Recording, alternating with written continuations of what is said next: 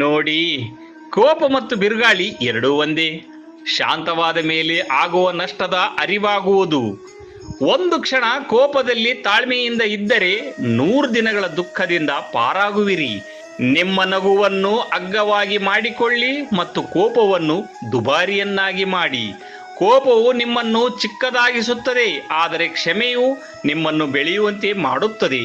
ಕೋಪವು ಮಾನವನ ನೈಸರ್ಗಿಕ ಭಾವನೆ ಆಗಿದ್ದರೂ ಅದನ್ನು ನಿಯಂತ್ರಿಸದಿದ್ದರೆ ಅದು ನಮ್ಮ ನೆಮ್ಮದಿ ಮತ್ತು ಸಂಬಂಧಗಳನ್ನು ಹಾಳು ಮಾಡುತ್ತದೆ. 1 ನಿಮಿಷದ ಕೋಪ, ದುರಾಶೆ ಅಥವಾ ಅಸೂಯೆಯು ನಿಮ್ಮ ದಶಕಗಳ ಕಠಿಣ ಪರಿಶ್ರಮವನ್ನು ನಾಶಪಡಿಸುತ್ತದೆ. ಕೋಪದ ಬೆಂಕಿಯಲ್ಲಿ ಸುಟ್ಟುಕೊಳ್ಳುವ ಮೊದಲು ಬಲಿಪಶು ಸ್ವತಃ ನೀವೇ ಆಗಿರುತ್ತೀರಿ. ಯಾರ ಮನಸ್ಸಿನಲ್ಲಿ ಕೋಪ, ದ್ವೇಷ ಅಥವಾ ಅಸೂಯೆ ಇಲ್ಲವೋ ಅವನು ಎಂದಿಗೂ ತನ್ನ ಸಮತೋಲನವನ್ನು ಕಳೆದುಕೊಳ್ಳುವುದಿಲ್ಲ.